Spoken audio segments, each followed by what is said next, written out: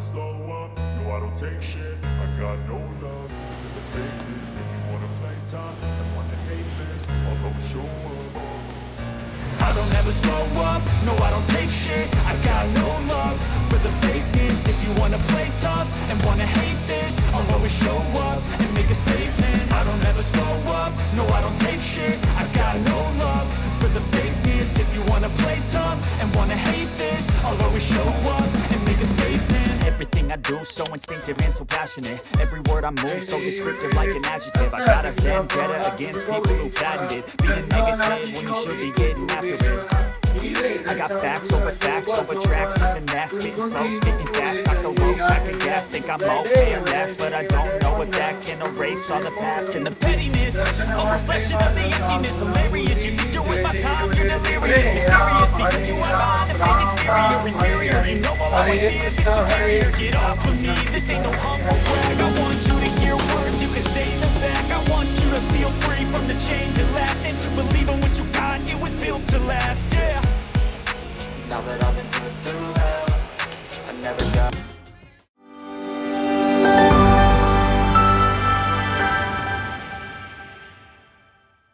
बाप्पाचा पहिला दिवस कोणाच्या घरी सेलिब्रेट करायचा तर बाप्पाचा पहिला दिवस हा स्वप्नीलच्या घरी सेलिब्रेट करायचा असतो. कारण का दरवर्षी बाप्पाचा पहिला दिवस हे स्वप्नीलच्या घरी येतो. म्हणजे फक्त एक असतं की उद्या गणेशोत्सव आहे, सकाळी उठायचं, तयार व्हायचं आणि मस्तपैकी जाऊन स्वप्नीलच्या घरी बसायचं. आणि सगळ्यात पहिली गोष्ट, आल्या आल्या जे मसाले दूध मिळतं म्हणजे त्याला तोड नाही. आज देखत ती परंपरा सुरू आहे. आणि त्यातल्या त्यात अजून एक परंपरा आता मला बघायला मिळते, ती म्हणजे ज्या पद्धतीने राघव पळतोय ना सगळ्या गोष्टी करायला, म्हणजे प्रसाद देण्यापासून असेल, मग ते अंतर्श पडण्यापासून असेल, सगळं काही. हे कोणाचा फोन आहे? सॉरी चल कंटिन्यू. तर मग त्याची जी धावपळ आहे ना, ती धावपळ बघतो. म्हणजे मी तर असं बोलेन की परंपरा पुढे जाते, तो सुद्धा तेवढ्याच हिरोनी भाग घेतोय. मायरा सुद्धा तेवढीच धावपळ करते. ती सुद्धा, तुम्हाला पाणी मिळालं का, तुम्हाला मसाला दूध मिळालं का, असं करते. मूर्ती तर मूर्तीचं नाव सगळ्यांनाच माहिती आहे. बाप्पा दादा आज विराजमान झालेत. आणि एक गोष्ट आवर्जून मला आवडली, ती म्हणजे घर सुद्धा रेनोव्हेट झालं आहे बाप्पाच्या आशीर्वादाने. पुढचा प्लॅन वगैरे मी काय सांगणार नाही, मी विचारणार नाही. माझं फक्त एवढंच आहे की बाप्पा घरी आलेत, काय पाहिजे बाप्पाकडून? बाप्पाकडे काय पाहिजे यार, खूप पाहिजे ॲक्च्युली. काय काय कारण मला मला मला माझी आजी खूप छान सांगायची. ती म्हणायची की मागताना कशाला लाजायचं, की आई आहे, तो बाप आहे, त्याच्याकडे नाही मागायचं तर कोणाकडे मागायचं. तो माग, जे पाहिजे ते माग. म्हणजे छोट्यातल्या छोट्या गोष्टीपासून ते जग माग ना, म्हणजे माग. त्यामुळे खूप मागायचं यार. म्हणजे पोरांसाठी चांगलं आयुष्य मागायचं आहे, माझ्यासाठी आईवडिलांचं उत्तम आरोग्य मागायचं आहे, लीनाची भरभराट होऊ दे, तिला चांगला नवरा मिळाला आहेच, पण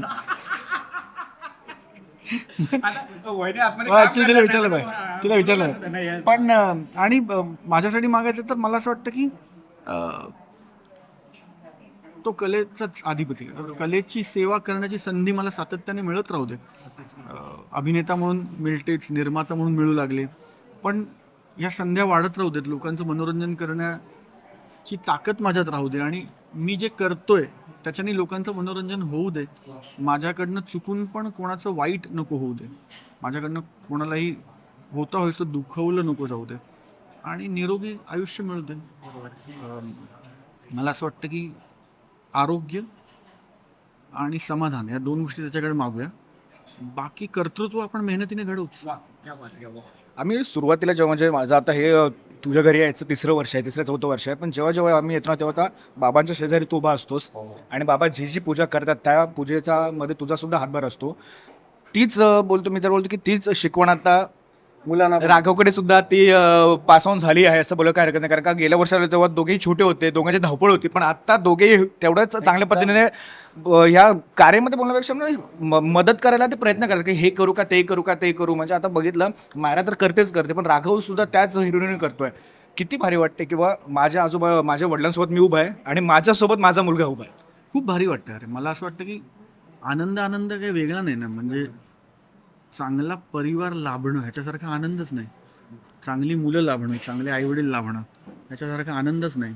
चांगली बायको मिळणं ह्याच्यासारखा आनंद. So extremely happy. पण मला असं वाटतं की याचं श्रेय माझं कमी आहे आणि आईबाबांचं जास्त आहे. कारण आजी आजोबा घरात असणारी घरं ही वेगळीच असतात, असं माझं वैयक्तिक मत आहे, पण ठाम मत आहे. त्यामुळे आई वडील जे म्हणतात ना मुलांना, ती शिस्त होते. तीच गोष्ट आजी आजोबांनी सांगितली ना, तर ते संस्कार होतात. नक्कीच. त्यामुळे सेम गोष्ट मी म्हटलं इथे बसू नको, तर ते असं वाटतं अरे बाबा बोलतो.